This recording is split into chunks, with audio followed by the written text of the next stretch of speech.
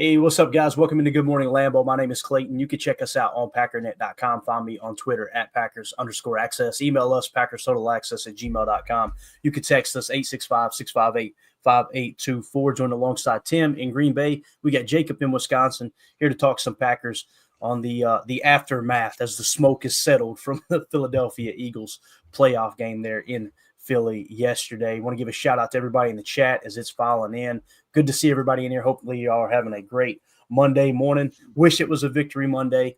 I can't say that anyone in here is too surprised with the outcome. We knew it was going to be an uphill battle. We broke it down all week. Next Gen Stats Insights had it as pretty much tilted heavily in Philly's favor. The only thing that gave us hope, or gave me hope anyway, I don't want to speak for everyone else, was when you see 90% of the public on one team in a money line, I'm going, oh boy, we might actually pull this off, right? Because we've seen that all year long where the public has been crazy wrong when you get above 90% of the cash on a money line hit, you got to really perk your ears up and go, hold up a minute. Vegas may know something here. So with that being said, how we doing this morning, boys? About as good as you can be after your season ends, just another day. How about you, Jacob? How you doing, brother? I'm taking it better than I usually do. I've tried to make it a point to stay as positive as possible. It was tough yesterday, definitely tough. We'll try to keep it as uplifting as we can today, but we're going to talk about what went wrong. And I think what Andy said right here is pretty prevalent.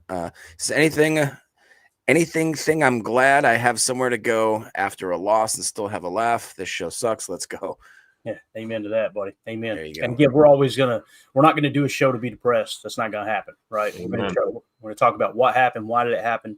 We're going to try to find the positives. We're going to point out the negatives, and just give a truthful depiction of what happened. King Tron with the super chat. Thanks for guiding us through the dark last night. Hey, Tron, you guys were awesome. That's the thing. Like the chat, I've had several people reach out and say, hey, man, thanks for the post-game show. It helped. We get a little bit better understanding of what happened. We all kind of ciphered through it together. But you guys helped me last night, too. That's the big thing, is about picking each other up, man. It was a tough loss, no doubt. And the other thing, too, is let those turds float to the top, too. You know what I mean? Let the turds float to the top of the water, and you just skim it right off and move on, right? We're going to give him some. I want those people to be a part of the community if all they're going to do is just rant and rave and show their emotion and everything. It's just it's not worth it. We were disappointed. We sat in here and talked negative last night. The chat talked negative. We got through it together, right? So it's obviously not quite draft season yet. I'm getting a bunch of people going, Clayton, let's go, man. Get into the draft information. Who are the top prospects? All this and that. And I'm trying the body ain't even cold yet, man. I'm trying to create a blueprint of, all right, what's the most organized way we can walk through everything? And we got to look at the offseason schedule as well. So we're going to do what the fans want to do, as we always try to do, right? And keep it in an orderly fashion. But Tron, thank you for the super chat, bud. We appreciate you there. Let's go to some of these chats we have marked here. Andy Watkins in the house says, regardless what a fun season it's been with y'all, and thanks to this channel, the off season is just as enjoyable. Thanks for your hard work, you guys do. I appreciate you, Andy. Same to you, buddy. Thanks for being in here. Nick McSwain, good morning, everyone. Sucks how the season ended, but even if we won, facing the Lions with like 10 injuries, wouldn't have went well. LOL. I'm of the opinion you've always got a shot to win every game in the league. I think the worst team in the league can beat the best team in the league on any given Sunday. But he makes a great point. The Lions, man, one thing you can tip your cap to with that Lions coaching staff is they figure out a way to win with these injuries. And that's something we couldn't quite do down the stretch. So you do, man. You got to tip your cap to them with the job that they've done. Job well done. We've got a poll question in here, guys. I want to get your all's morning thoughts, anything that we're hitting on. The poll question was inspired by, I was listening to the post-game show from ESPN Madison with Homer and Mark Tauscher. And they asked a question. I put poll cred here, so make sure you go show them some love. They did this poll question on Twitter as well. I want to see what our listeners thought. Homer and Tausch, who are you more concerned with going into the 2025 season? Head coach Matt LaFleur or quarterback Jordan Love? And I know many people are their vote would have been neither. I'm good with both of them, and that's totally cool.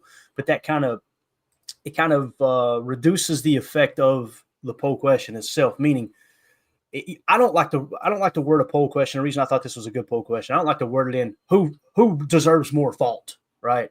I just don't look at it that way. It's like, okay, if you had more concern for one of these two, who would it be? The reason I thought it was a good poll question too was I had a hard time answering it. There's times that I would say Jordan Love, and there's other times, seem like there's more minute times I'd say Matt LaFleur.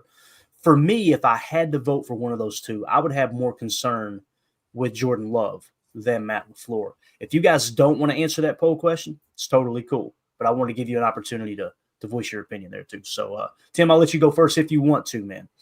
Again, the poll question was, and this was from Homer and Tausch, who are you more concerned with, Matt LaFleur or Jordan Love? I'm going to probably go your route. I'm not really concerned about either of them. But if I had to pick one, I would probably say Jordan.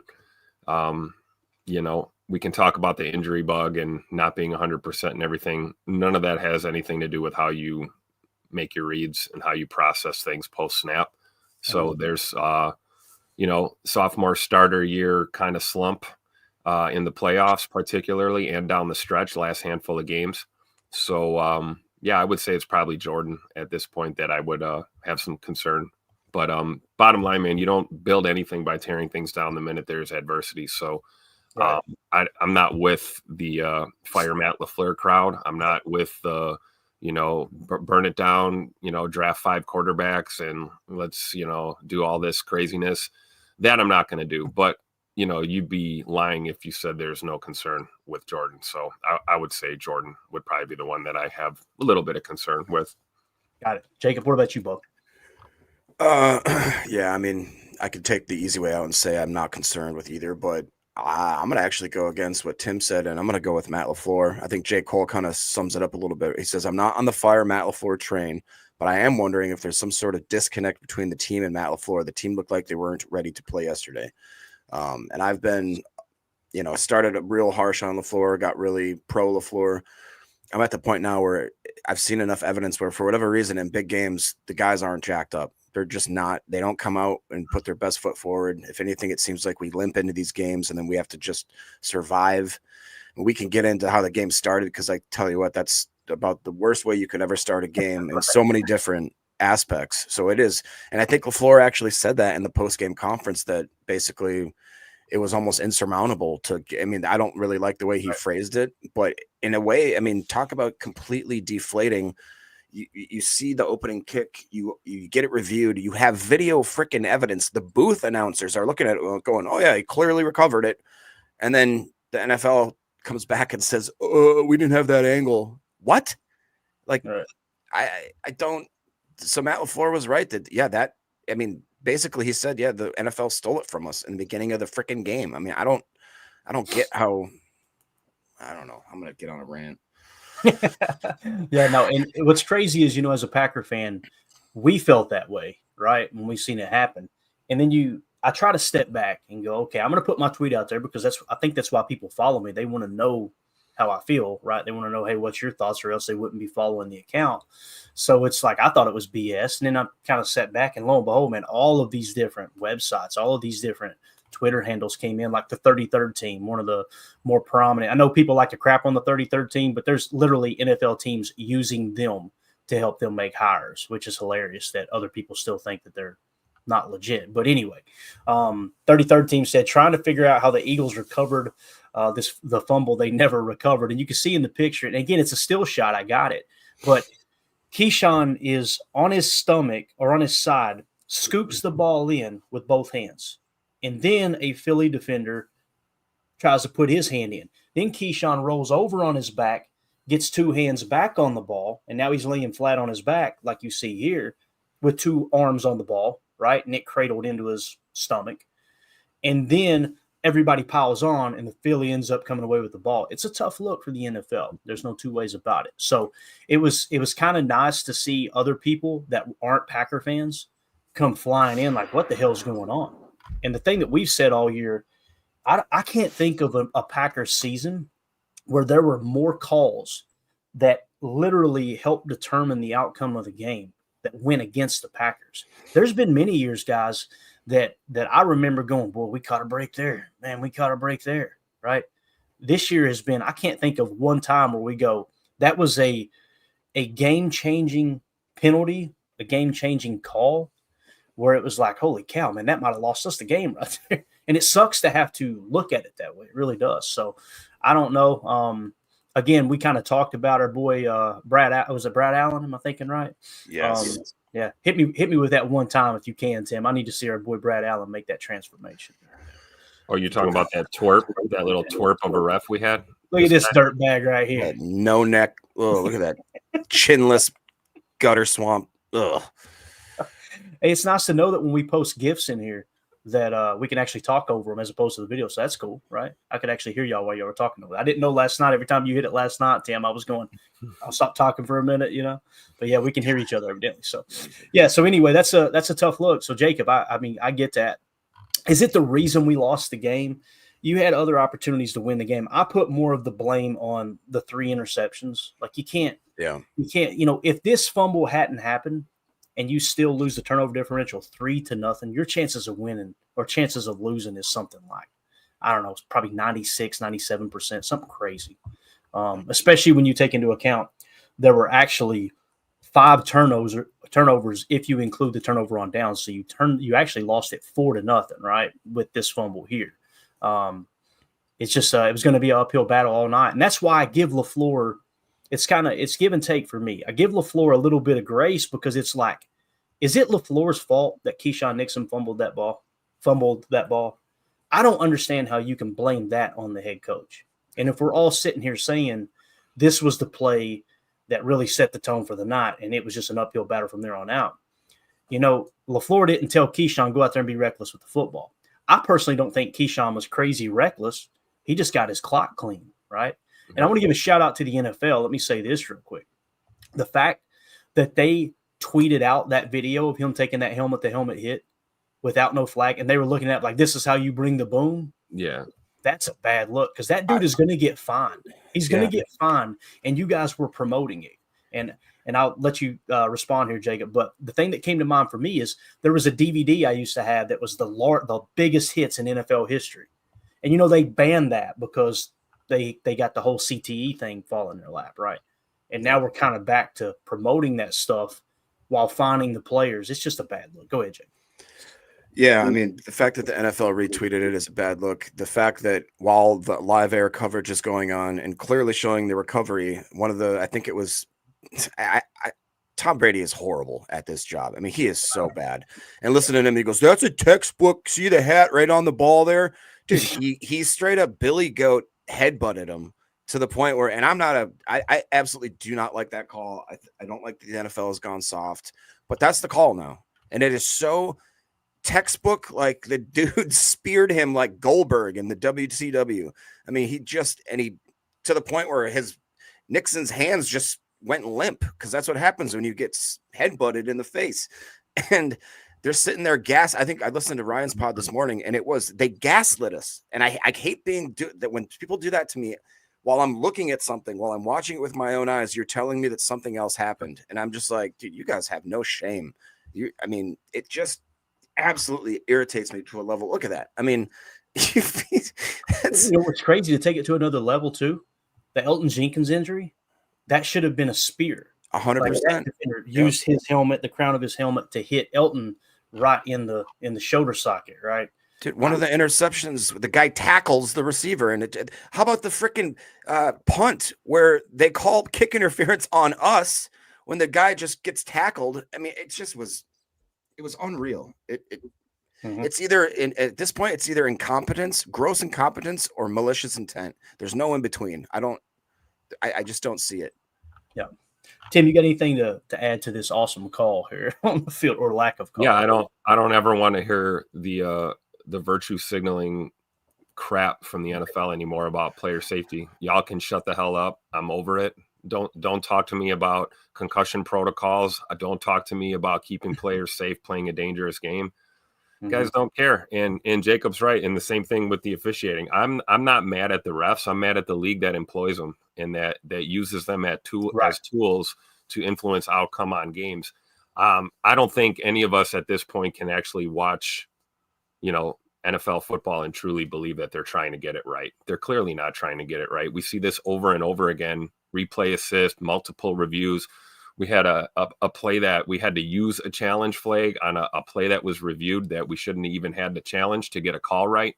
The whole thing is a big song and dance, and to me, it's all just smoke and mirrors, and I just don't buy it. So at this point, I'm just, that's my feelings on it. I'm over the whole discussion about player safety, and I'm sure there'll be 97 more rule changes going into next season again. I don't know if they're going to mess with the kickoffs again, or whatever they're going to do, like they do every year. Keep moving the bar. I think it's all just a big distraction at this point, and they're not serious. They're clearly not. Yeah, it's a tough look, man. There's no doubt about it. I was going to try to pull up. I'll just read it to you because it's an actual video. We don't want to get hit with the copyright. I said, and the NFL showed that hit and said, "That's how you bring the boom," is what they said. So I just tweeted out and said, "Damn, the NFL is flexing on helmet-to-helmet hits now. When does concussion 2 hit theaters?" ? So that's a wild look. It really is. The other thing that Tom Brady said, and you guys know, I think Tom Brady's done a good job this year. That's me personally. This game here was hard to listen to because he missed on so many things. Like he said, Dontavion Wicks, or I tweeted out, Dontavion Wicks gets mugged. He was literally for 15 yards. A guy draped over him. He's trying to fight through it. And he's throwing his hands up trying to get over it. And finally you get to the point where, okay, I'm going to try to sell this a little bit and show them, look, he's all over me. You see this, right? I'm going to make it so damn clear that the officials can't look away, essentially is what he was doing. Tom Brady, Wicks did a good acting job there. I'm like, what are you watching? What are you talking about? Right?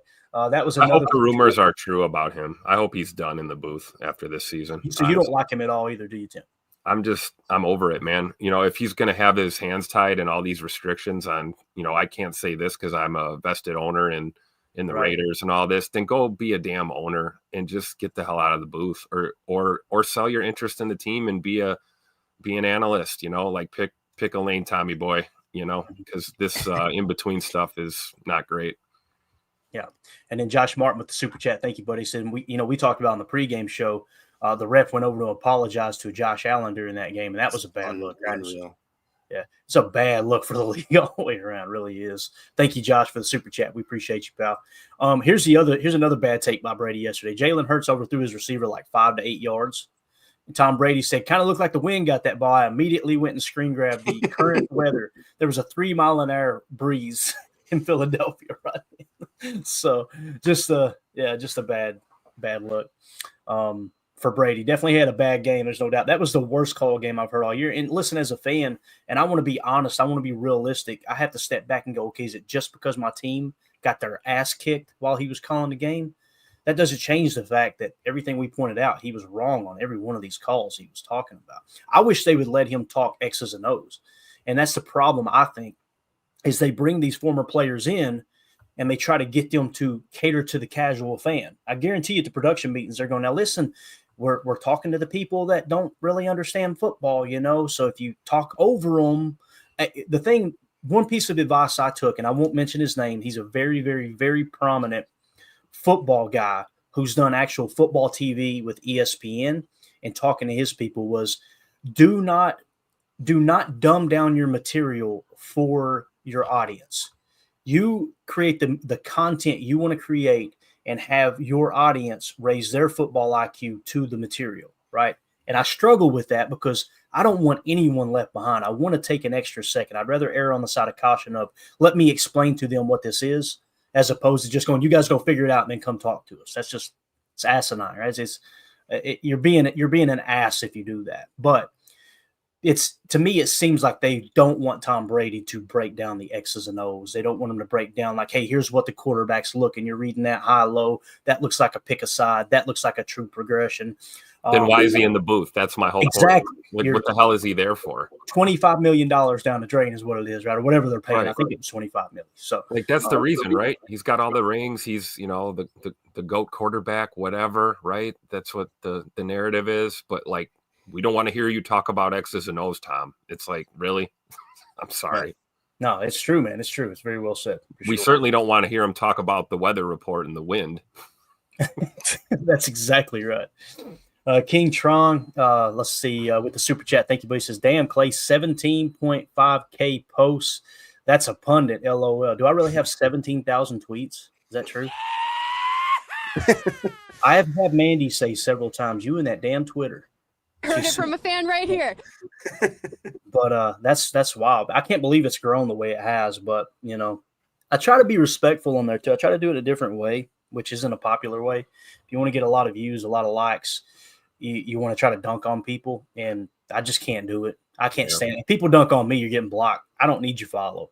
If you're coming in, if the only time I hear from you is you want to come in and disagree, bro, we're just going to part ways. That's why yesterday, receiving text threads, text messages from people, this and that, I can't be that sounding board anymore. I can't be that dude that while I'm watching the game and I'm getting pissed off at my team's getting killed, that other people are going to text me and tell me how bad this team is. It's like, I can't do it anymore. I just can't, man. So I snapped on about a half a dozen people yesterday, like, hey, lose my number, please. Like, can't do it anymore. Sorry.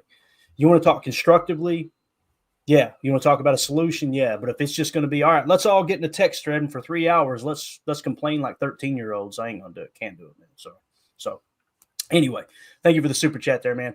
Josh Jacobs was actually, let's get caught up in the chat real quick, and then we're going to get into a little bit of kind of setting the stage for the offseason, which I'm really, really excited for. Nick McSwain, keep seeing people say that it's on the floor to get the team ready, but I feel like it's more on the players. You can lead a horse to water, but you can't force it to drink. I tend to lean toward Nick's way of thinking there. When I hear people say, well, it's like Rich Bisaccia. When there's a special team, well, it's his job to get them ready. It's his – okay, you're not going to convince me that Rich Bisaccia, right? And this is just drawing a parallel to Matt LaFleur. You're not going to convince me that it's on Rich Bisaccia to go up to Keyshawn Nixon and go, hey, bud, listen, before every kickoff, don't fumble. Don't fumble. He knows that. We've practiced that, right? Anybody who's played Pee-wee football knows the top priority is protecting the football, okay? So does that mean, does it mean he was carrying the ball recklessly? No. But what is an aspect of that is you can't just run full speed into a group of people knowing they're coming full speed. The ball's probably going to get jarred loose if you just run directly into another human being in the middle of a pile, right? So I kind of lean with Nick there is what I'm trying to say. To me, it's more on the players and the coaches in that regard. I put the scheme on coaches. If I see a huge scheme flaw, I'm going to call it out. Like, for instance, one of the things I have against Matt LaFleur right now is where is the play action pass from under center? Why are we now? You guys remember? Let's rewind 2 years ago. You remember what the argument was, right? Aaron Rodgers. We need to get Aaron Rodgers out of here because he refuses to run play action under center. He doesn't want to do it. He wants to play everything from the gun. Can we put that to bed now? Finally, because we've seen it last year, and now we've seen it this year, and now it's is it the knee? Is it the knee? Is it the knee? I think it's the way Matt LaFleur wants to call the game. And if you want to call the game the majority of the time from a drop back passing game, which is what we did yesterday, guys, the reality is, let me find it real quick. I'll come back to the Josh Jacobs stuff. Let's see here. Somebody put a tweet out earlier, and here we go. It was Brett Coleman. And I think I'm trying to think of what he does. Gosh, I can't think of the name of it. Film room creator, co-host of the Bootleg Football Podcast. Great podcast, by the way. You're talking about X's and O's and breaking down stuff that we try to break down here. This is what he said in this tweet.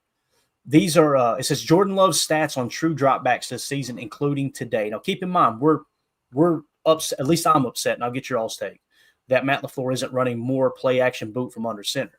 These are non-play action, non-RPO, non-screen pass attempts. Just drop back and rip it. Okay. So there's no play action.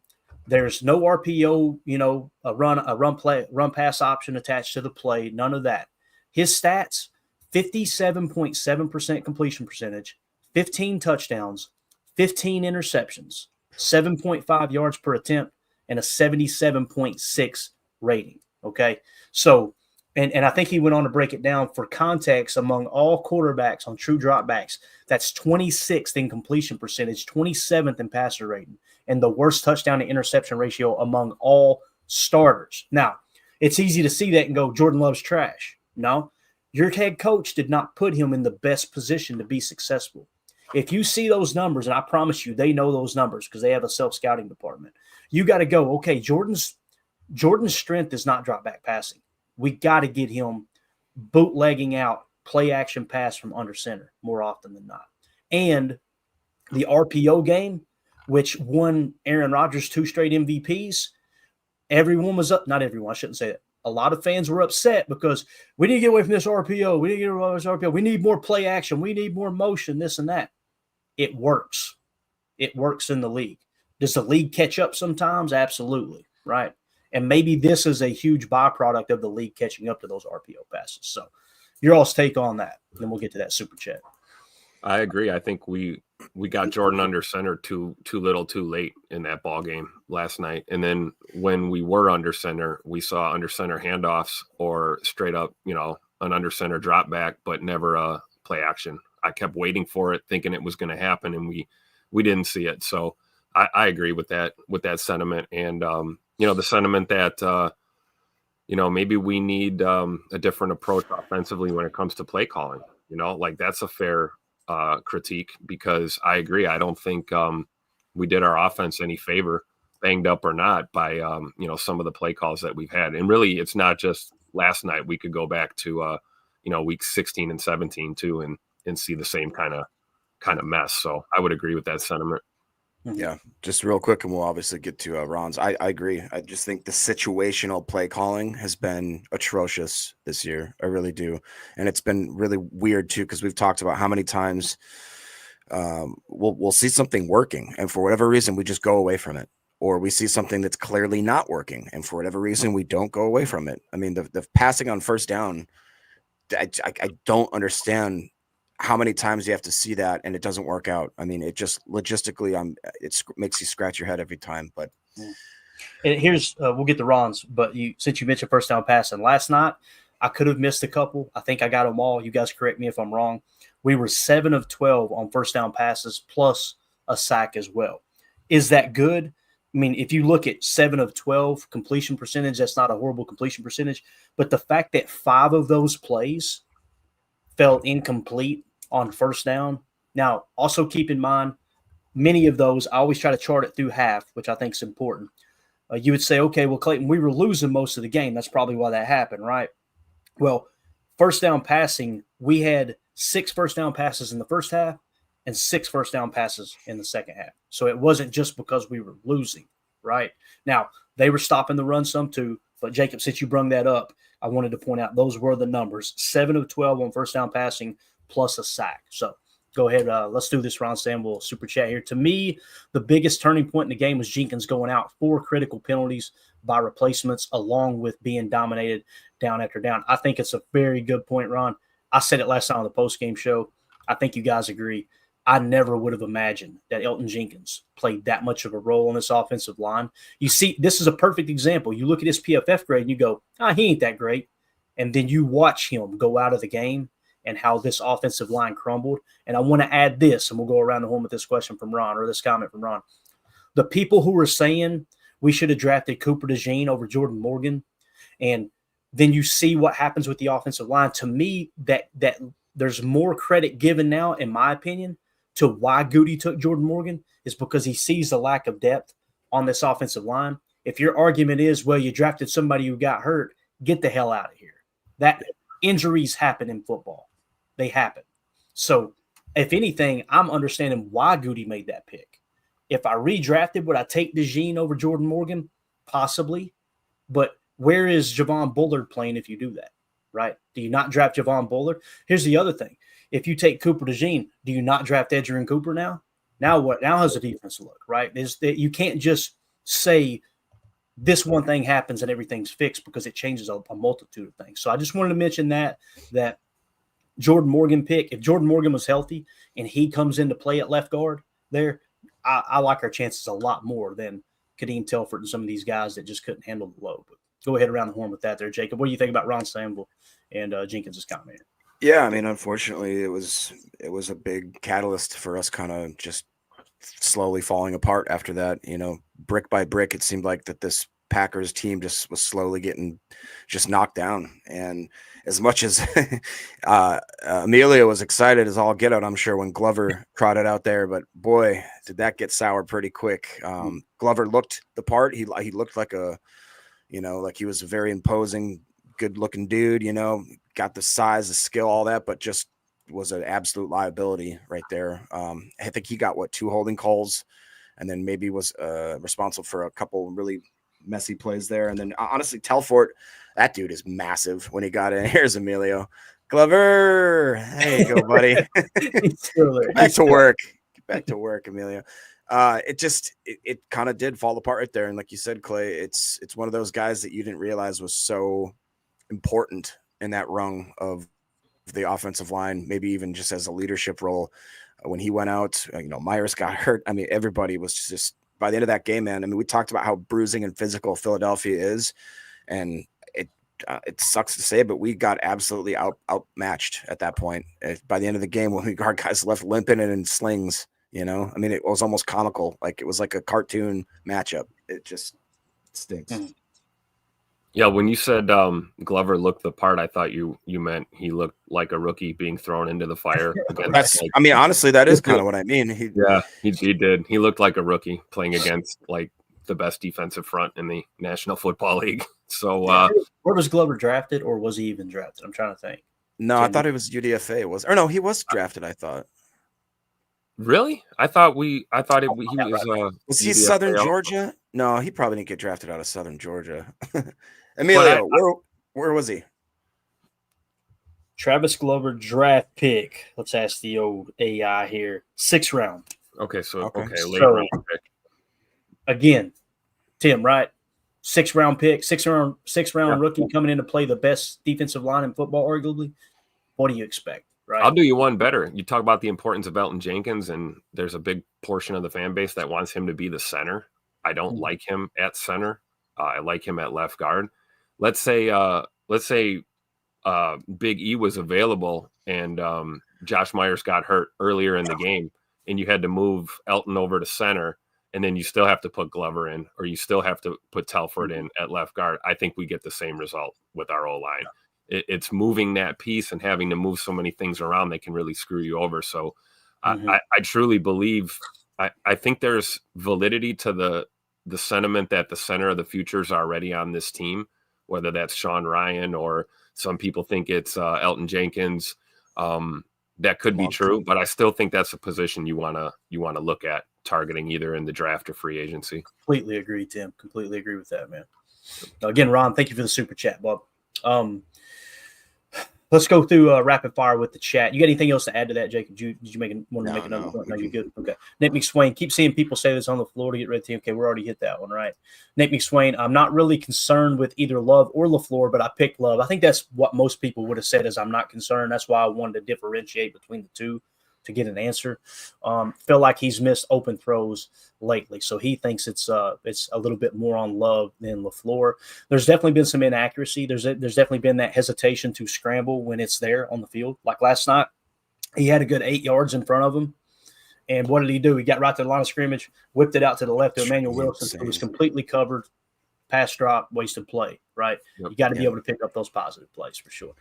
Packers Kingdom Clayton, we are linked to T. Higgins. How you feel about that? I'd like to know how we're linked, Packers Kingdom, because you got to be careful. And they may be the front runner like we were the front runner for Xavier McKinney, right?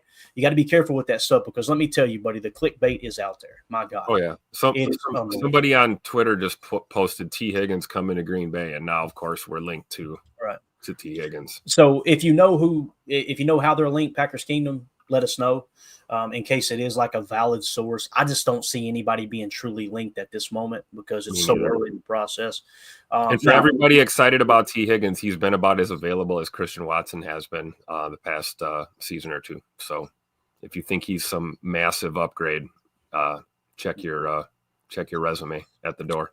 If that is true, and I haven't checked it, if he hasn't been as available as Christian Watson. No, he has been. I'm saying he has been about that available. So for all the people calling Christian Watson glass and injury prone, Higgins has dealt with the same kind of crap. He's missed the same amount of time. It happens in the league. It's called being a pro football player. Yep. Right. Exactly. Andy Watkins did not have the same feeling I had last year with Jordan Love. That's for sure. Something seemed off, but I don't know. I'm just a fan. Hey, I'm just a fan too, Andy. I feel what you're saying. It does feel like something's off. To me, it's more about the processing than it is the actual talent, That's the part that bothers me, is like how many times we've seen him not get to the answer to the equation quick enough. And then, like we just mentioned on scrambling, choosing not to scramble, again, that's processing the information as well. So Turtles, Jacobs going to recruit Crosby. Since you brung that up, So Turtles, I got it right here. Here was Josh Jacobs in the locker room immediately following the game. Sounds like he's ready to hit the recruiting trail. As Dominic Yates tweeted this out, Josh Jacobs said the motivation for 2025 is for the Packers to get over the hump when facing the top-tier teams. As far as next year's roster, he says, quote, I know I'm going to try to get some guys in here, most definitely that. Immediately people think of Max Crosby. Here's the actual comment, and then I want to get your all's take on it. The main thing on my mind is figure out, how do we take that step? How do I help the guys take that step? But also, man, we got some guys that, like I said, that our locker room is going to be different. We got some guys due for a contract this year. We don't know what that's going to look like, how that's going to shake up. But I know I'm going to try to get some guys in here. So most definitely that. Main thing. All right. So immediately people shift their focus to the Raiders, his former team. And boy, oh boy, do they have a bunch of free agents that are, on defense too, right? They just let go of their head coach. The new head coach is going to come in and want to change things up. Now, if I don't care who the head coach is, if you come in and you got Max Crosby as one of your edge defenders and it's that important a position, I have a hard time believing that new head coach is going to go, let's get him out of here, right?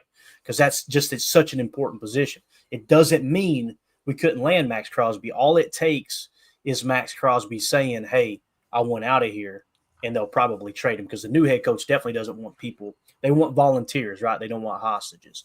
So your all's take on what Josh Jacobs said there.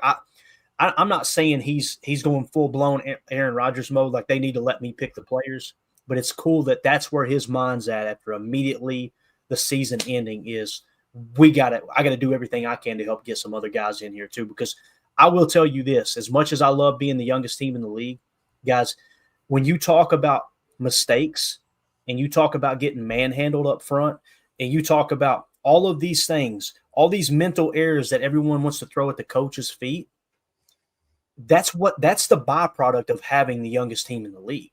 If that wasn't the case, every team would try to be the youngest team in the league. And one thing I like to do when we get to the final four teams in the playoffs every year is I really like to look at their roster and go, how are they built? That's why center is so important to me. Every damn year, the final two or final four teams have solid centers, one of the best centers in the game. And many people just like to roll their eyes and go, center isn't that important. Go get me a T. Higgins, right? Yeah, you got to be built in the trenches. You got beat in the trenches yesterday is how you got beat. Go get me Max Crosby. So help me God if we bring another edge in here before we fix that interior defensive line. I'm going to puke. Right. Get interior offensive line. Let's get a center, right?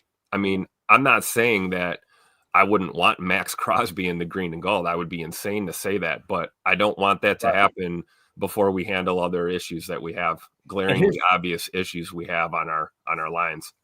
And here's what we're talking about with the interior. Jacob, we'll turn it over to you here. Remember our Kenny Clark predictions at the first of the year in this 4-3 defense?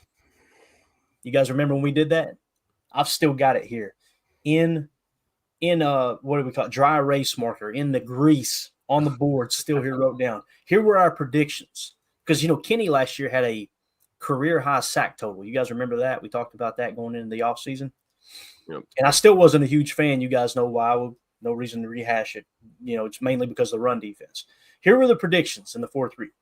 Sacks, I said 9.5. Jacob said 10+. Tim said 10.5. And Emilio said 8.5. Kenny Clark's sack total on the year.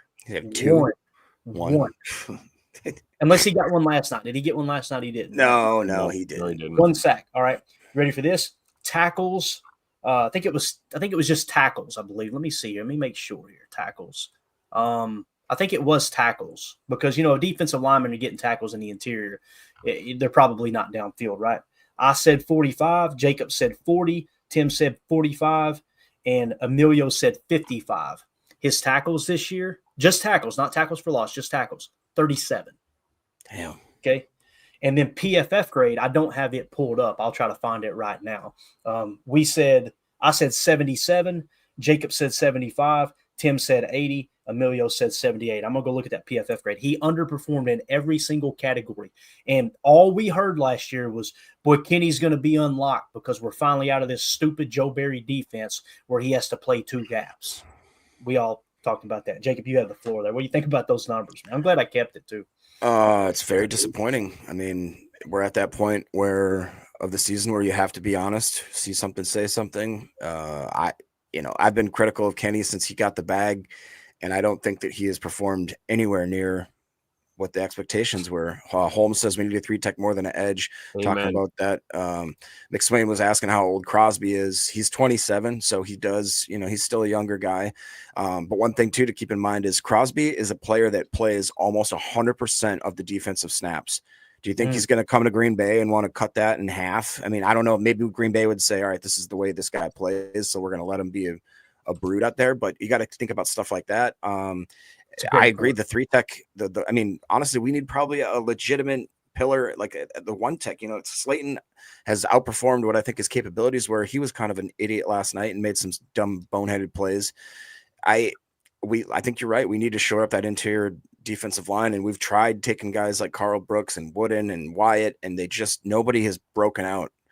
Kenny Clark has just been stagnant, and I agree, because like we've seen what we can do right now with the guys on the secondary. We have blue chip player now, a second safety that's a blue chip player. We have an emerging linebacker in Edgerrin Cooper that I think is a blue chip player. We've got Gary, which at times he can, very much be a dominant DN, but there's just really nobody on that line that's solidifying himself as an actual blue chipper. Gary had a down year too, right? Everybody had a down year. My only argument with Gary, we said all year long, and I know you agree, Jacob, is like he's the best on the defensive line, though. So if everybody's play lowers with the new defense, and this one dude who's always been the best on the defensive line is still the best, you don't throw him out with the bathwater, right? But yeah, he definitely had a down year too. Everybody across the line did. That's all great points there. That's going to do it for hour 1. For those of you listening on the pod, we'll see you on the other side for hour 2. We appreciate y'all. All right, welcome into hour 2. So anything else we want to hit on with the Kenny? Oh, by the way, I got the PFF grade. Our predictions were 77 for me, Jacob 75, Tim 80, and Emilio 78. His PFF. God, was I bad? Holy cow, was I off? Can I take a guess? I'm going to guess he's grading well below 70. I'm going to say 64, 66.2.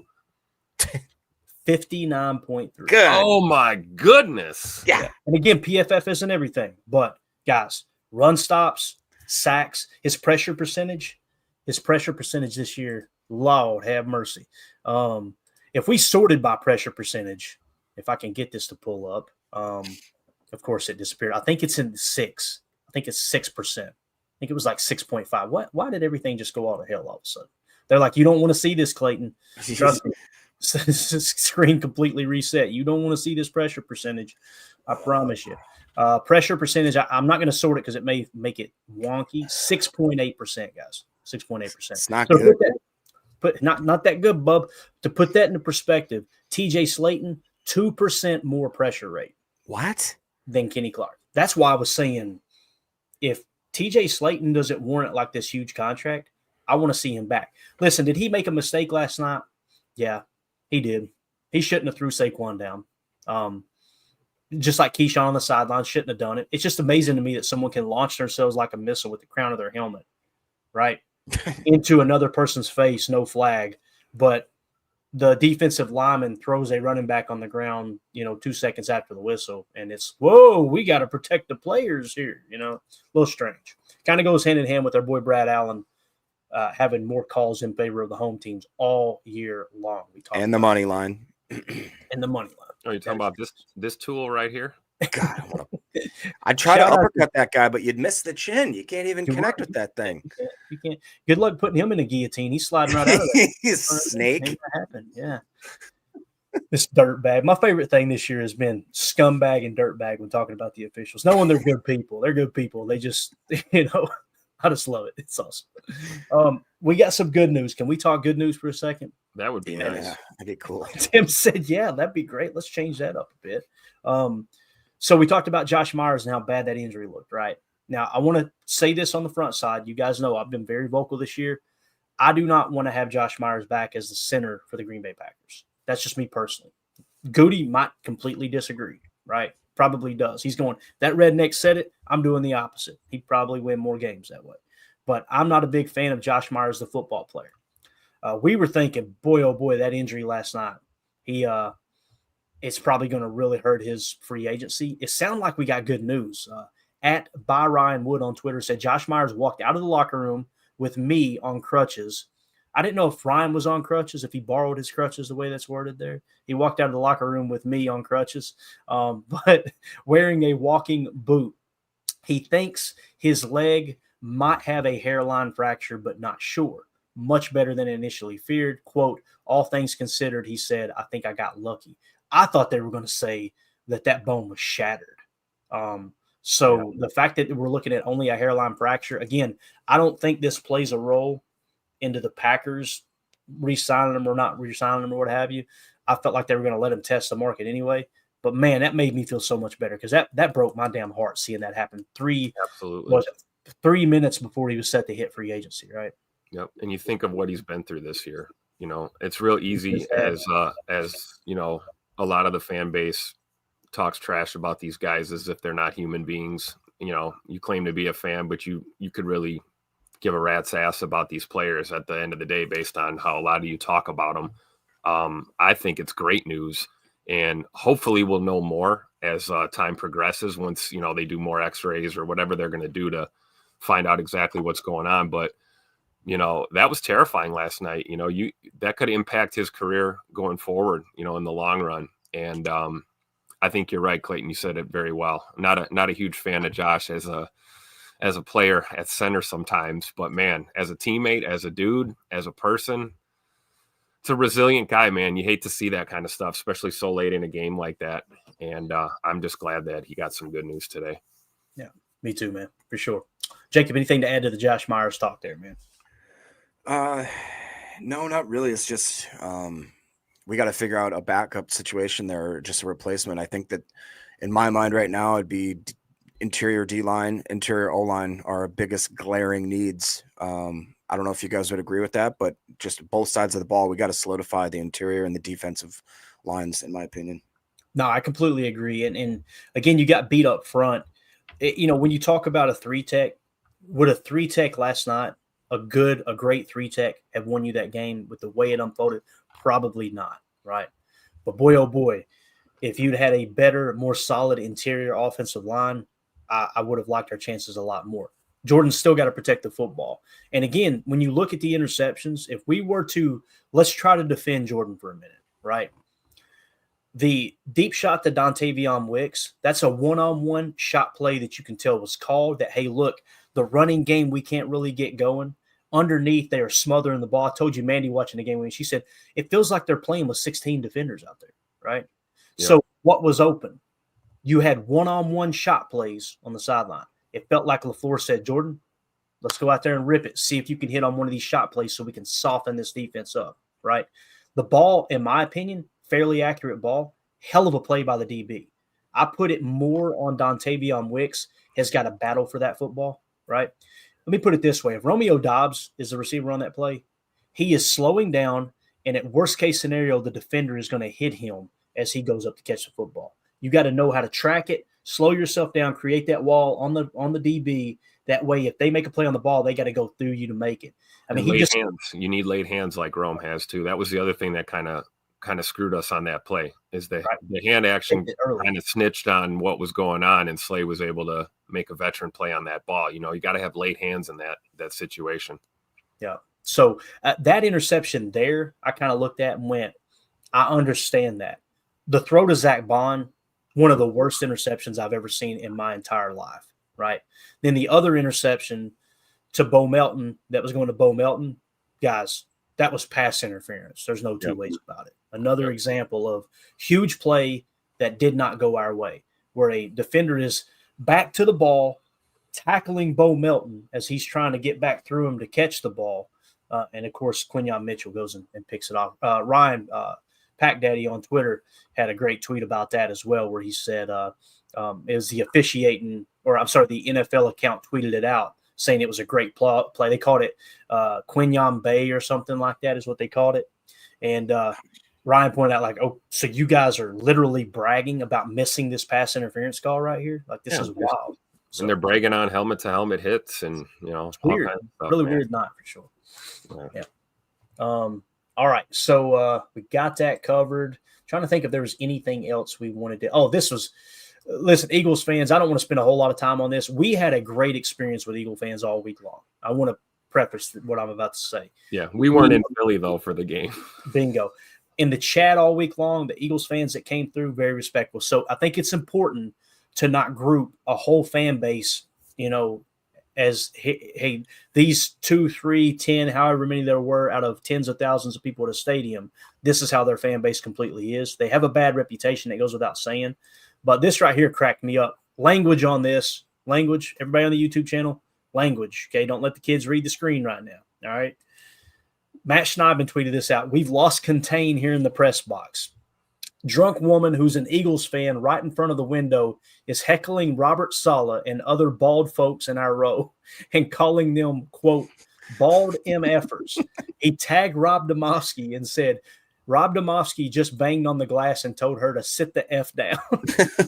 So I thought it was, listen, dirtbag move by the fans, but I thought it was hilarious that Rob Domofsky was coming to Robert Saleh's aid, if that tweet was indeed accurate. He could have been joking.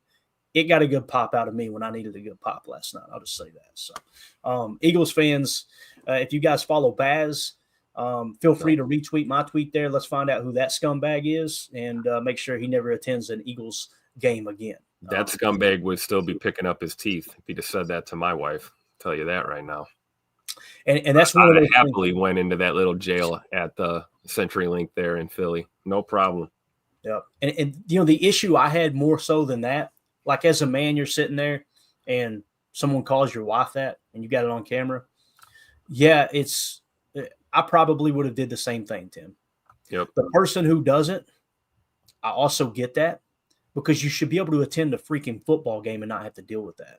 Right? Very true. Very true. And the thing that bothers me is the Eagles guys, fans around that whole section watching it happen, and they didn't have a damn thing to say. They just kind of, well, he's just an Eagles fan. Let's just sit here and let him take it. You guys need a skirt. You guys are this big because that Packers fan is about to get kicked out of the stadium if he swings. And you got someone who probably spent hundreds, if not thousands of dollars to go to a playoff football game, take your wife in there and try to watch a game, and that happens. I understand the person that's like, all right, just ignore them. We're wasting a lot of money if we get thrown out of here right now. Me, I'm with you, Tim. I'd have been down there in the clink with you playing cards. That's what we'd have been doing. But I understand trying to hold you. But those other guys, they should have stepped up and said, hey, man, shut the hell up. Get away, or I'm going to get security down here to have you hauled out. You're an embarrassment to our fan base. I know this. If that had happened at Lambeau, there would have been Packer fans standing up going, shut up, dude. Shut up or get out. That's sure. Yeah, for sure. Look at Jacob scrolling through Twitter trying to find it. I didn't want to bring it up. I just want to see what happened. Yeah. So anything you guys want to add to that? Again, shout out to Baz. Baz is one of the best human beings I've ever talked to on Twitter. I think he's awesome. It's a damn shame you can't go to a football game and have to deal with that. There's nothing wrong with talking a little trash. That's okay. But you guys watch the video, you'll hear what they said. So it is what it is. Right. Terrible. Absolutely terrible, Chuck. All right, so let's see here. Upcoming free. This is interesting here. Let's kind of shift gears into offseason mode. Is that good with you guys? I wanted to hit on the game a little bit. We talked about the penalties. We talked about, where we struggled last night, where we got beat up and lost the game outside of the penalties. Obviously, Jordan Love, Matt LaFleur conversation. Let's see who's leading that poll question, and we'll move on. Jordan Love is leading the way at 64% to Matt LaFleur's 36%. Again, the question was Homer and Tausch on the postgame show for ESPN Madison last night. Who are you more concerned with going into the 2025 season? So it seems like our viewers are way more concerned with Jordan Love than they are Matt LaFleur, although we got to throw out there, I believe they would have voted for a third option of I'm not concerned with either, overly concerned with either going into the season. So just want to put that out there. Now, free agency mode. Dara Carriger on Twitter. Shout out to Dara. Does a great job.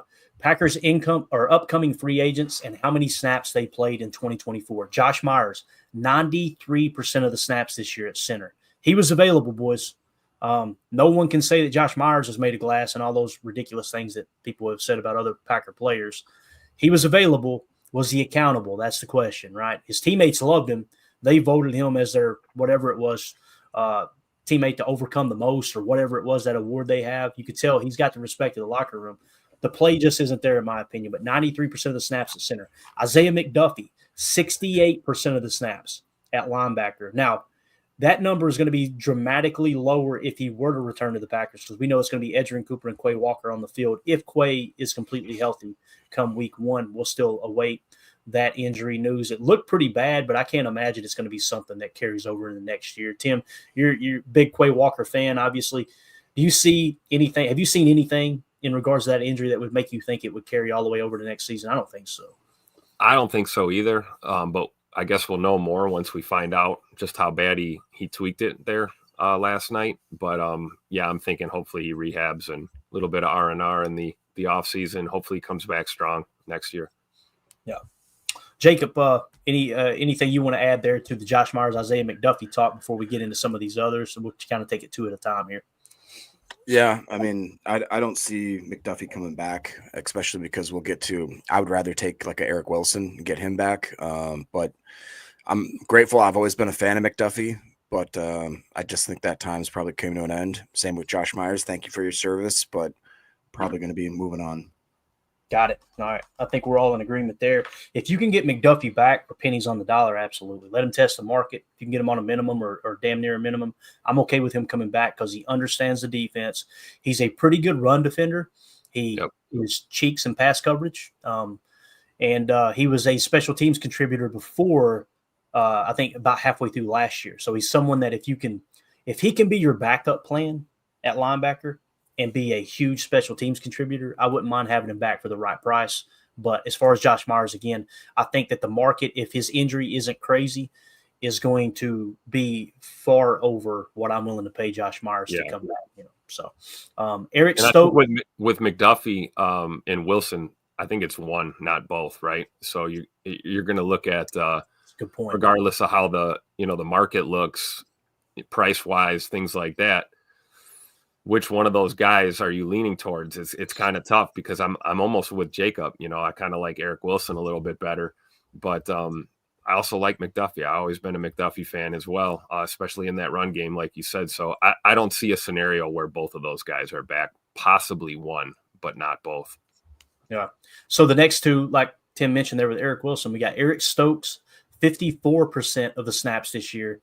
Eric Wilson, 51% of the snaps, and he led the special teams in snaps. So, yeah, if you had to choose between Isaiah McDuffie and Eric Wilson, I would choose Eric Wilson. I think Eric Wilson's age will probably keep his free agent market from getting too out of control, as where McDuffie is young enough, being 26, I think. He's probably going to get a little more interest than Wilson. In terms of Stokes, I feel like you let him walk, but we'll go around the horn with that. I'll start with you this time, Tim. Eric Stokes and Eric Wilson. You kind of talked about Eric Wilson. You're saying for the right price, you want Eric Wilson back, right? And then how do you feel about Stokes as the season ends here? He showed a little promise at the end, but what do you think about that, man? Yeah, I think they're going to let him test the market. I don't think anyone truly believes they're going to bring him back, but I would not be surprised if he was signed to, I don't know, 3-year deal or something for the cheap. If the market is weak for him, because he's a guy who's been here since his rookie season. He understands what's going on inside the closed doors at 1265. Stokes is a good teammate. Stokes has not been the liability that he has been in the past when he's on the field. So I will say that. I think you have seen somewhat of an improvement, but he's definitely not a shutdown corner. He's not that star dude you want. So I don't know. I don't think they'll bring him back at all, but you never know. Crazier things have happened. Yeah. Jacob, what do you think about Eric Stokes and Eric Wilson?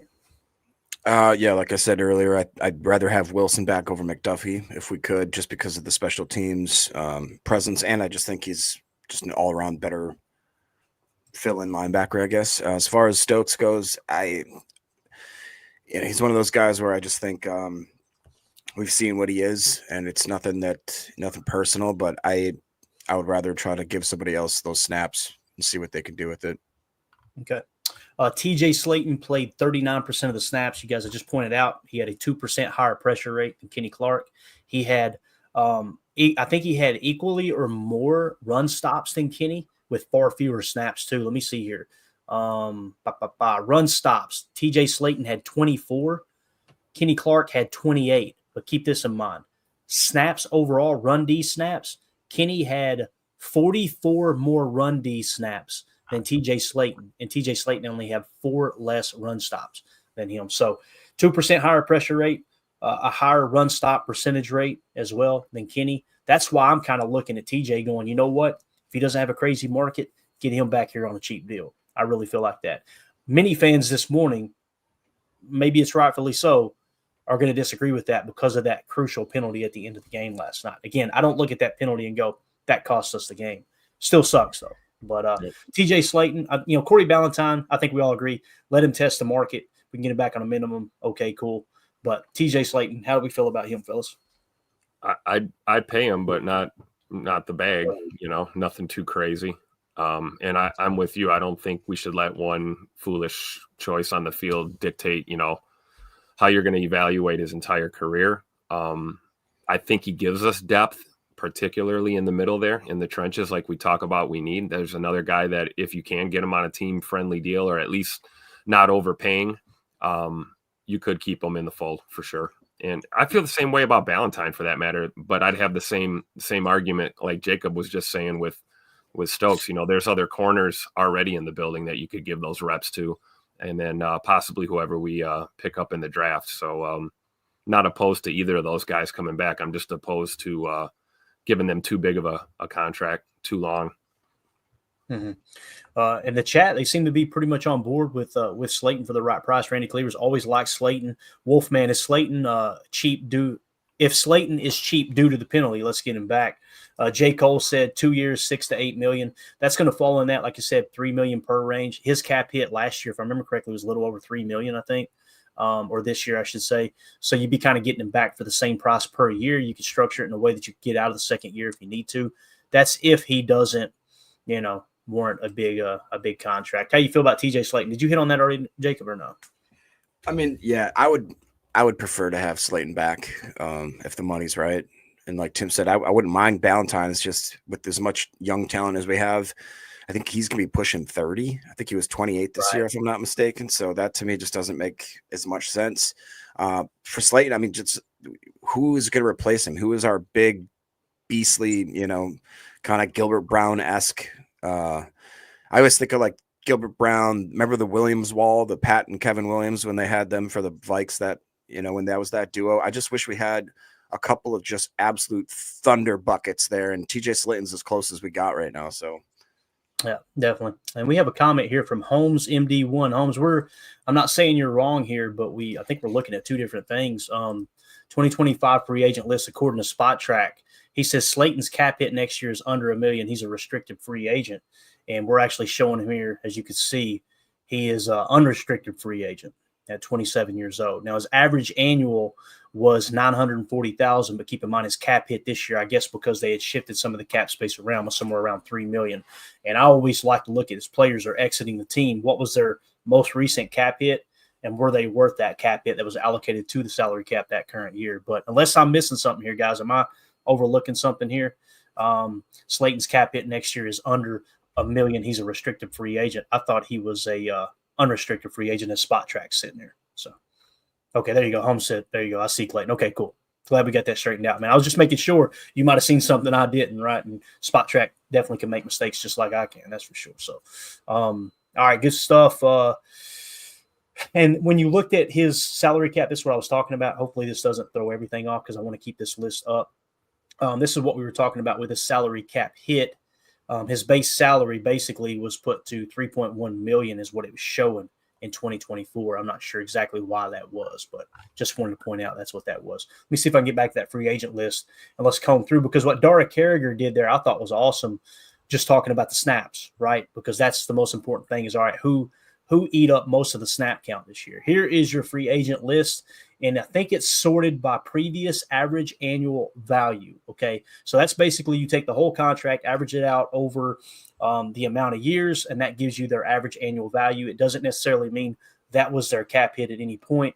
It's just a good way of globally looking at the contract and the value there. I like that they've got it sorted by that because you guys know, as I always say, you want to see somebody's priorities, show them your checkbook, right? Checkbook and your calendar. That'll show you the most important things in your life.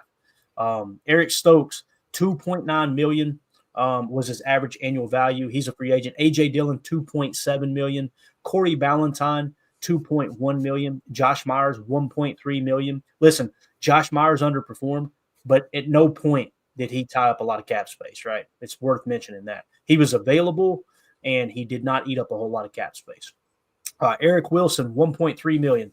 Money well spent there, ladies and gentlemen. I mean, that's a guy, again, if you can get him back for 1.3, probably won't. Right. He's kind of in that, to me, Tim, he's in that $2 to $6 million range for me too on a 2-year deal. Like, if you can get him somewhere $2 to $3 million per, I think it would be important to get him back on this team, man.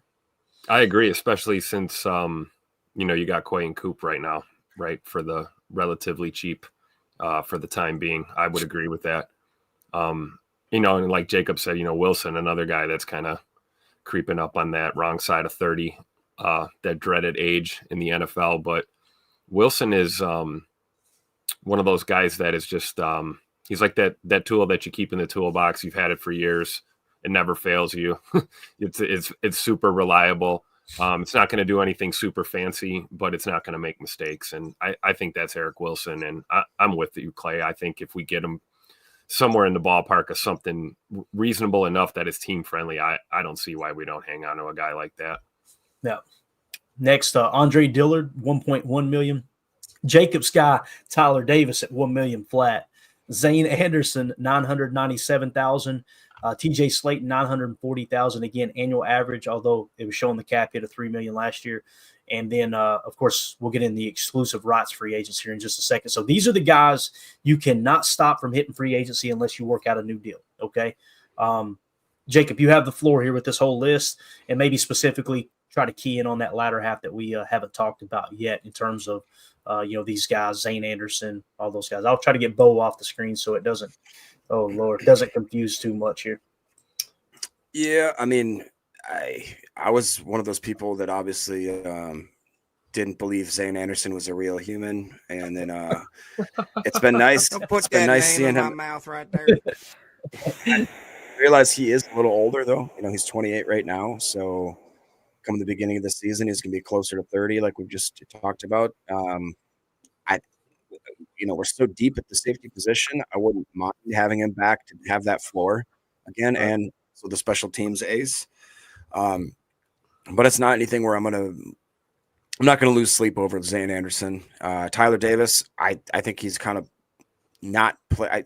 His lack of availability, I think, is what's going to probably get him off the team. We've seen, obviously, they like guys for whatever reason. Fitzpatrick, Sims, obviously Musgrave, and Kraft. I think that right there is your top four. No matter how good at sift blocking he is. And then with Dillard, it was a fun experiment. I don't need to see any more. I just think his time is probably done. I got you. All right. Yeah. So for me, it's real simple, man. For the right price, there's many of these guys I wouldn't mind having back to kind of set the floor. And what I mean by right price, guys, it means you can cut them. If you knock the draft out of the park, then you cut them during camp. They're a camp casualty. And here's the thing, you're protecting yourself too. Let's say you do draft someone and one of those young draft picks gets hurt in camp. You've got a backup plan with a guy who's already been in the system, right, for the right price. So Eric Stokes, that's a no for me. And again, I think he's going to warrant more money on the market because of his athleticism. That's just me personally. A.J. Dillon, I would say no. Corey Ballantyne, I'm probably leaning toward no because I would rather see what Kalen King could do with real NFL time as opposed to Corey Ballantyne. You guys know I was the president of the Ballantyne fan club coming into the year, right? The coaches obviously seen something they didn't like. Josh Myers is in the same category as Eric Stokes for me, that I personally think his athleticism, if the leg is healthy and they can convince teams that, hey, going into free agency, he's going to be just fine for camp, I think he'll get a little more of an offer than we're willing to pay, me personally. Duty may disagree. Eric Wilson, I want to get back. that's a guy that I would go to early and go, hey, man, before you hit the market, here's what we're thinking. I'm looking at $2.5 million per. Let's say a 3-year deal, $2.5 million per. People go, Clayton, he's 30 years old. Structure it in a way where that first year he gets quite a bit of guaranteed money of that, whatever it is, $6 million. Let's call it a 3-year deal, worth $7 million, right? And let's maybe guarantee $4 million of it. That way, if it is just a one and done, he hits the wall, he can't contribute on special teams anymore, then you can cut bait with $1.5 million cap penalty, something like that, and you only paid him $3 million that year. It's kind of what you're looking at, right? So I'd like to see Eric Wilson back. Andre Dillard, man, good luck to you. I just don't see the value there. Tyler Davis, 2 years in a row, injured reserve. Hey, he will go down as the SIF block GOAT, right? Yep. But look at Jake. But boy, the injury concern is just too much for me, man. Thank you for your service. Zane Anderson, same type of thing. The value that he shows on special teams and the way he was able to fill in at safety, I put somewhere around $2 million on him, something like that, and have it in a way that you can get out of it in a year or two if you need to. TJ Slayton, I want back for $3 million per. I'd be willing to go to him right now and go, hey man, let's go 3 years. $9 million, $6 million fully guaranteed, $5 million fully guaranteed, something along those lines. Because I think you could really benefit from him being back. He was more effective than Kenny this year, guys. I agree.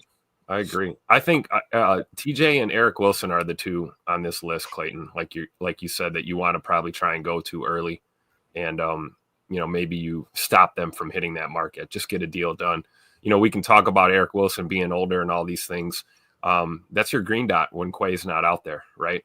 So if you're trying to, identify your future in the middle there, and we've got Edrin Cooper, who I think we'd all agree that will probably be the guy wearing a green dot at some point in his NFL career. It's good to have a veteran linebacker like an Eric Wilson in that room when you've got young talent around him, and you can kind of balance things out a little bit. So I would say out of that list, the two you want to go to early are probably Eric Wilson and TJ Slayton. Yeah, agreed. And that's what you're doing at this stage. You're prioritizing that, right? And you're going to tell Josh Myers and Eric Stokes, go test the market. In the back of your mind, you're going, we're probably not even going to make them an offer. But if they come back and go, I didn't get any offers. All right, cool, man. Welcome back. $1.8 million. Come on back into the fold here, right? That's the way that works. Let's go to the chat, see what everybody's thinking here. Prince in the chat, Zane may be headed back to the unreal realm. That's the other thing. I don't think Zane put enough tape out there that teams are going to be lining up to sign him, right? It sucks that he got the concussion, but that concussion keeping him out the last two games of the year almost played into the Packers' hands of not a lot of teams got to see what he could really do, Yep. Chad Inc. says, did you guys see Eli's tweet earlier? Talking about what? No, Eli wasn't twerking, okay, guys, on Twitter. I think he's talking about Eli Berkovich, right? I imagine. Probably, yeah. Tweet earlier that the Packers are interested in signing T. Higgins. Not sure what to think about that. Is T. Higgins a guy you want to go after? Thoughts? Me personally, at this stage, I don't want to say either way. I may not be opposed to it. I got to look into the tape a little bit. I got to look into his injury history. There's many people that are saying he stays banged up. If that's the case, you got to be wary of overpaying someone that's just going to sit on the bench, because they're constantly hurt. Everybody like to give, like Tim said, everybody like to give Christian Watson. Hell, he played in 15 games this year, right? Yep. And the other thing is, what's Christian Watson's salary cap hit, and what would T. Higgins' salary cap hit be to sit on the bench? And is Higgins unrestricted, or is he restricted? We'll comb into that as we get, like I said, into a couple, maybe even later on tonight. That might be something to look into. But yeah, he says, for me, I'm not saying either way. I don't have.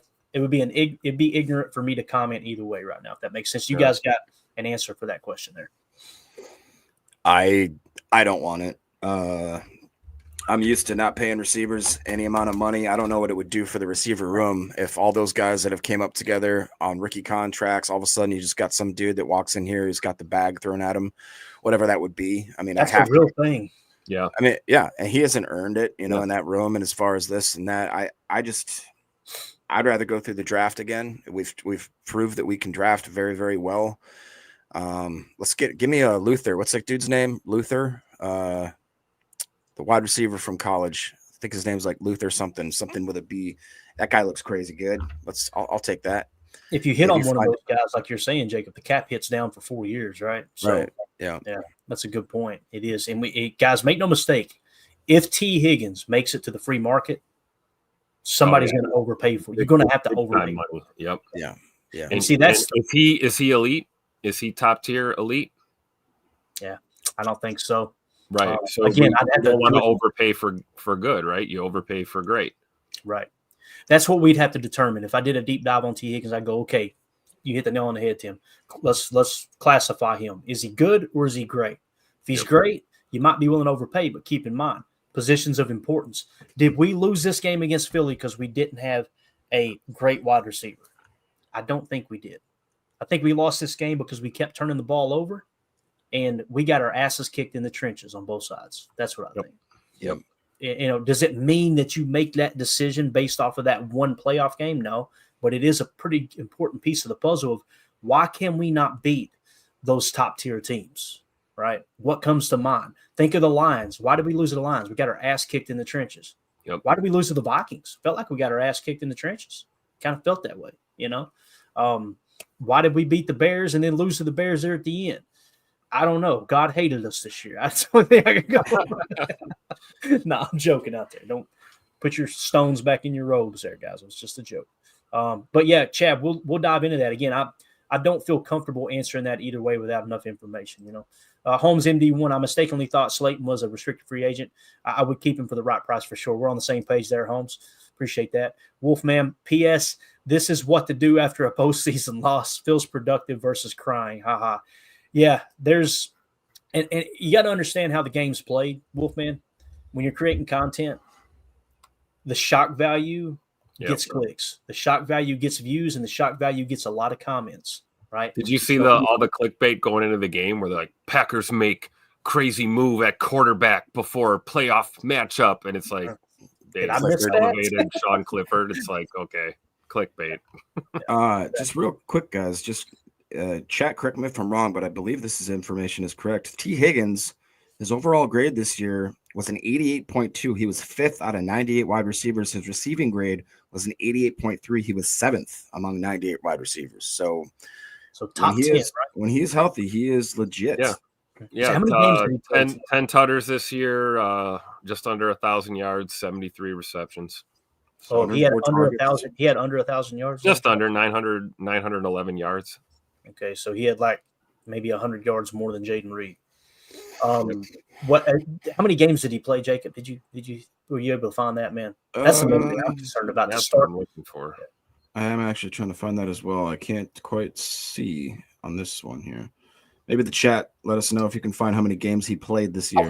I'll look real quick. I'll just go to NFL Pro, man. Give me just a second. Let me put that up. You guys talk about anything. Let me see if I can find. He's the Bengals, right? Bengals. Yeah, and I mean he's doing that on a team that has Jamar Chase as well, which is kind of that's a great point. Impressive. 12 games, 12, 1-2. Yeah, so and he only started 9, which we know that means he might have come out in 12 personnel. Well, if he only started 9, even if they were in 12 or 21 personnel, that means there was another receiver on the field. Yeah. Boys, listen, if the fan base is this distraught about Christian Watson only playing in 15 games, T. Higgins played in 12. Shout out to Nick McSwain trolling. We win yesterday if Clifford was quarterback. Changed my mind. I love it. Trolling in the morning. Nothing like trolling in the morning. So, yeah, on the surface with T. Higgins, that's kind of a red flag for me, right? Like, let me pull up his – now, don't get me wrong. He was more productive than Christian Watson with those limited numbers of games, right? I can see the value there. When we started talking T. Higgins, and Lincoln is not happy. I don't know if y'all can hear him or not. He is hot. He's like, what the hell are we doing ruining this cap with T. Higgins? 2023. Yeah, here we go, guys. This is great. Let's start his whole year, okay, starting in 2020. This is how many games he played in. So this is how many games he was healthy. 16, 14, 16. So far, so good, right? 2023, 12. 2024, 12. So the last 2 years, he has only played in 12 games, all right? And his yards in 2023, 656 yards and 5 touchdowns. Yeah, 2022 was his last 1,000-yard season. Yeah, in 2024, 911 yards with 10 touchdowns, but again, only played in 12 games. So he had a much better season this year, right? I mean, he's also on an offense with Jamar Chase as well. Yeah, that feels like, I don't know, boys. that feels like one of those contracts. And again, we haven't done a deep dive. It kind of feels like one of those contracts that you give somebody the bag and you look up at 2 years and go, we got to cut him. This ain't working. Like you know what I'm saying? Am I being too critical here? Maybe I'm gun shy on that. I don't know, man.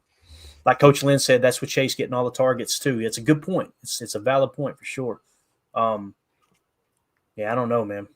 I don't know. Anything else you guys want to add to the T. Higgins talk? I didn't have that on my bingo card this morning, but hey, the free agency. Yeah, me either. You know what? I'll tell you what. I didn't have it on my bingo card either, but we had Tay Adams talk on our bingo card a couple of days ago, and if you made me pick one of those two guys, I'd rather pay and have Tay come back at this point. Yeah, because it would be one of those 1 or 2 year deal type things that T. Higgins, you're probably going to have to give a 4-year deal with a bunch of guaranteed money, right? Yep. That's a real thing. Let me go to Eli's page. I want to see if he gave a source for this. Shout out to Holmes. Jacob, thank you for putting that up. Tay is still better and more experienced than Higgins. He knows the culture, players, and system. Good point. Mm-hmm. Totally valid point. So Eli's tweet here says, let me just pull it up. I want to give him full credit for this, and you guys make sure that you're following. I'm sure you're following. If you're following us, you're definitely following Eli. He's one of the best Packer follows there is. And when he says something, it makes me kind of perk my ears up because he's not just going to say something that's not true, right? Yep. There's at least going to be somebody thinks it's true, whether it's true or not. And listen, we're not going to be that fan base on this show that goes and roasts someone if they get something wrong. But Eli says that the Packers are expected to, quote, covet T. Higgins and will be in the hunt to sign him. I'm absolutely certain this won't end in disappointment, is what Eli said. And it says Packers linked to T. Higgins, Green Bay expected to be in the hunt for the wide receiver. Now, let me explain to you what this could be. I have no reason to think this is 100% factual, what I'm about to say. But what happens is when a player is getting ready to hit the market, you know what happens? His agent will go to the media and say, hey, we got this team, that team, this team is all interested, right?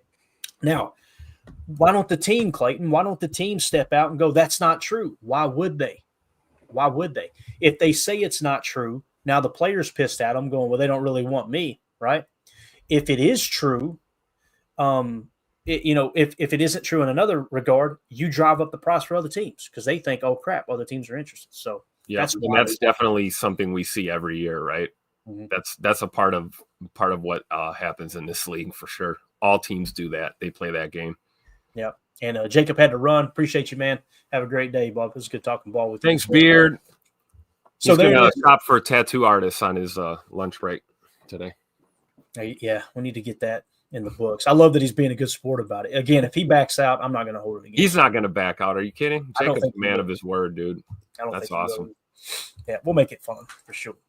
All right. So anything else you want to hit on here, Tim, before we wrap up, man? Anything at all? Yeah, shout out to J. Cole. He touched on what we talked about earlier. Just watch that Baz video.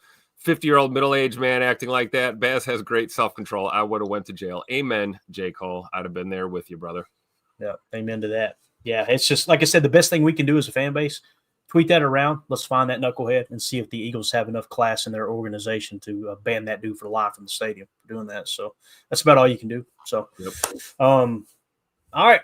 That's it, guys. We're going to get out of here. Appreciate y'all hanging out with us. This was fun, man. Look, last night was a tough loss. I feel like we did really good as a fan base in the postgame show. Everybody kind of got it off their chest. We talked about the negative. We hit on what happened. Why did it happen? We had some gripes with the officiating. We also, the questions got raised about Jordan Love and Matt LaFleur. There's many fans saying they want LaFleur fired. I'm going to put a Twitter poll out later, and I'm going to put a Twitter poll for the evening show if I can remember, Tim. If I don't, remind me. I want to know how many of our viewers and how much of the fan base on Twitter that specifically follows me that thinks Matt LaFleur should be fired, because I think that's a loud minority. I could be wrong. We may look up and it might be 80% of the fans go, all right, we're over LaFleur. Could be the case. You guys know that's not me. Tim, you don't think we should fire LaFleur, right? No, are you kidding? Very clear about this. So, King Trauma with the super chat. Tay didn't shy away from the pack in the interview, man. Hey, I think there's a legit shot for that.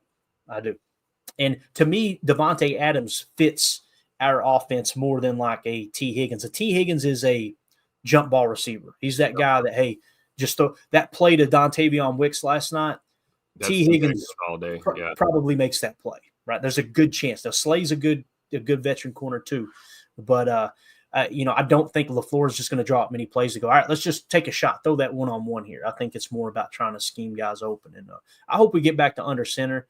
We can finally roll out Jordan Love's knee going into next year. If we don't see more play action under center next year, we can't blame the knee, and we got to say, all right, LaFleur's just wanting to drop back passer. If that's the case, based off the numbers we've seen, it's going to get loud with Jordan next year. And I think rightfully so, because the numbers were bad in drop back passing. But also kind of feels like you built an offense to be a play action, wide zone boot scheme. That's the other thing Mark Tauscher was talking about in their post-game show. Thought it was an excellent point. You ran a lot of duo this year. You didn't run a lot of outside stretch. So if you're going to run outside stretch, that's where the boot comes into play. So if you're going to go play action off duo, it's a little more difficult to do play action off a duo because defensive lines can read this is not a double-double. They're setting up for play action. So, and you're right. And that's why I got a little excited in the game when we started running some strong toss. Did you see that? We had a couple of tosses to Jacobs, and it's like, you're kind of feigning that outside run a little bit. And I thought, oh, cool, we're going to see a play action boot here real soon. And it never came. Never happened. Yeah. Never happened. And again, thank you for the super chat, Tron. Appreciate you, buddy. Ron Samuel says, Expo, not a very good representation of all fans. Rough crowd, Mize.